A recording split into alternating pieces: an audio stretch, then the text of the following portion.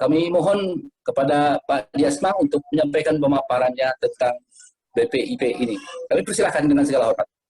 Baik, baik. Terima kasih, saudara moderator.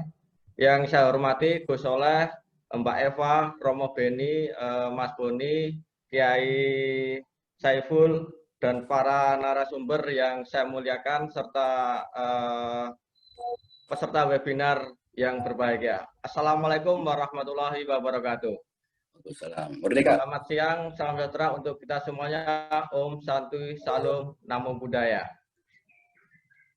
Pemaparan dari narasumber tadi sudah banyak yang komplit. Saya di sini menekankan dua hal. Yang pertama itu karena ini adalah momen kemerdekaan, ada dua hal yang perlu kita soroti. Ada dua hal tentang warisan yang dimiliki oleh bangsa Indonesia. Yang pertama itu adalah tentang proklamasi kemerdekaan. Yang kedua itu adalah Pancasila. Tanpa ada kemerdekaan, proklamasi kemerdekaan, otomatis kita nggak tahu nasib kita. Saya yang anaknya bukan pegawai negeri, bukan pegawai negara, atau bukan kerajaan, otomatis saya tidak akan bisa mengakses sekolah dengan baik. Tidak akan bisa mengakses dengan mengakses kesehatan dengan baik, dan tidak akan bisa terjadi mobilitas sosial. Kemerdekaan telah menjadi pintu gerbang. Di sana kita telah menjadi sebuah negara bangsa, dan itu membuat kita menjadi setara, dan setiap warga negaranya itu mendapat perlindungan sampai jaminan kesejahteraan. Yang kedua itu adalah tentang Pancasila. Pancasila telah diletakkan kemudian 18 Agustus sebagai dasar negara. Karena itu hingga hari ini negara telah menetapkan Pancasila sebagai dasar dan ideologi negara. Kami dan kita semua masih meyakini tidak ada satupun ideologi ataupun alat yang bisa mempersatukan keberagaman bangsa Indonesia. Dari Sabang sampai Merauke hingga hari ini Pancasila adalah satu-satunya instrumen yang mampu mempersatukan kebangsaan itu. Konsekuensinya adalah sebagai dasar dan ideologi negara, Pancasila itu harus dilaksanakan oleh negara sebagai pelaksanaannya. Nah, di dalam sinilah sebagai pelaksanaan negara ini, maka instrumen-instrumen negara itu harus digerakkan untuk memobilisasi masyarakatnya, untuk menggerakkan masyarakatnya, untuk bersama-sama, bekerja sama, saling bantu-binantu untuk membangun kesejahteraan umum. Karena itu, yang namanya negara perlu membuat sebuah instrumen. Salah satunya adalah sebuah kelembagaan.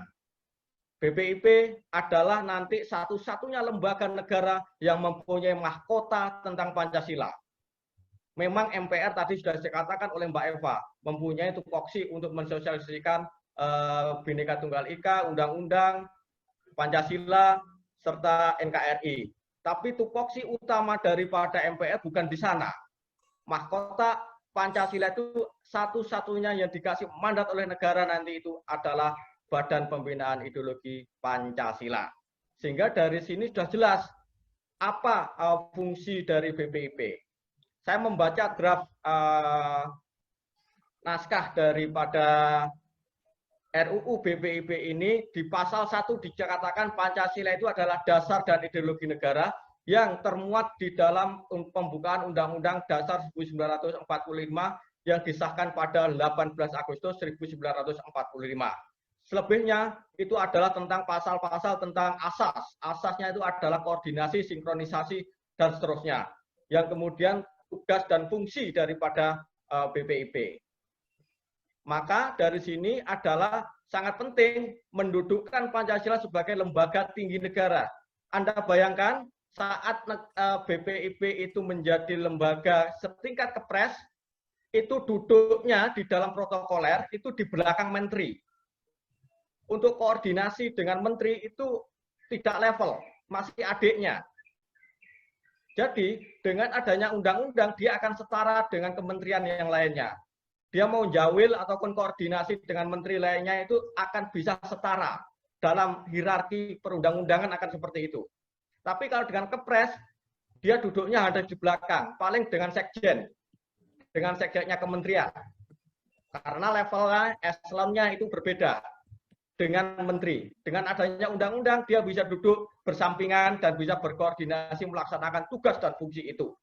Itu dari sisi protokoler.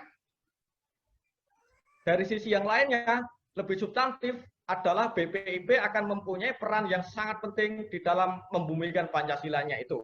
Baik dari sisi kajian materi, sosialisasi, tentang evaluasi, serta advokasi, dan fungsi-fungsi lainnya yang sudah ditentukan di dalam RUU BPIP itu. Nanti bisa kita pelajari bersama.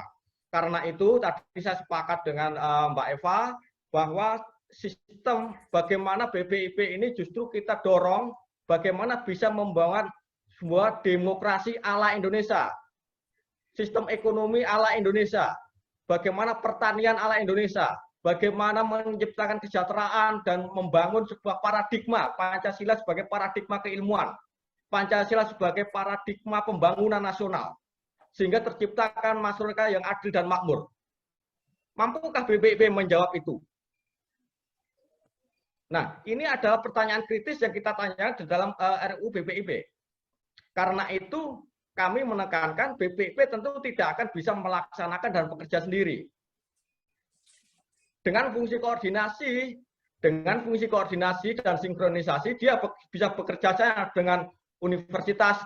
Bisa kerja universitas itu ada di seluruh dari Sabang sampai Merauke.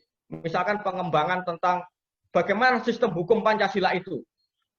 Hukum Pancasila, sistem hukum, kita saat ini mengadopsi sistem hukum yang positivistik.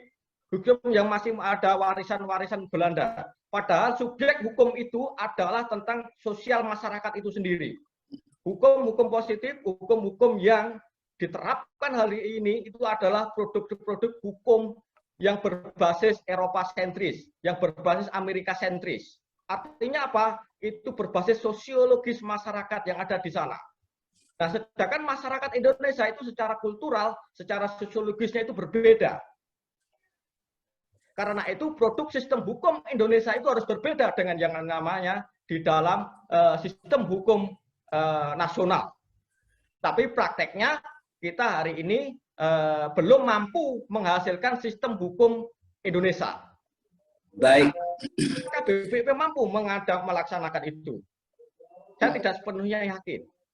Karena itu perlu bantuan, perlu menjawil, perlu bekerja sama dengan lembaga-lembaga lain yang mempunyai konsep dalam pengembangan keilmuan ataupun pengembangan praktis di dalam pengimplementasian Pancasila sebagai paradigma pembangunan.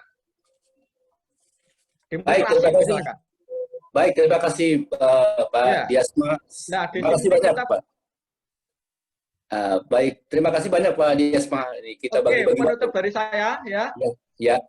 Penutup dari saya itu adalah pengembangan itu harus mampu, misalkan kami di UGM mengembangkan Pancasila tidak hanya sebagai nilai, tapi sedang dikembangkan menjadi prinsip dan menjadi sebuah regulasi, yaitu yang disebut dengan fora pemeriksaan regulasi serta manajemen etik.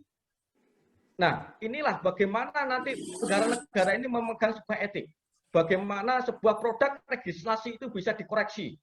Karena tidak semua lembaga regulasi yang dibuat oleh negara itu sesuai dengan untuk kesejahteraan umum misalkan. Dan karena itu Pusat Studi Pancasila UGM terus mengembangkan bagaimana yang namanya pemeriksaan regulasi itu perlu berakar pada Pancasila. Dan ini yang perlu menjadi tugas kita bersama bahwa Pancasila itu harus lebih operasional di dalam mewujudkan kesejahteraan umum, mewujudkan keadilan sosial dan kedamaian serta berkeadaban. Lebih kurang saya ucapkan terima kasih. Selamat sore. Assalamualaikum warahmatullahi wabarakatuh. Ya, makasih banyak. Makasih banyak Pak Diasma Staniswadu dari UGM yang intinya memang BPIP kata beliau berperan penting untuk membumikan Pancasila. Bagaimana ekonomi ala Indonesia, bagaimana demokrasi ala Indonesia.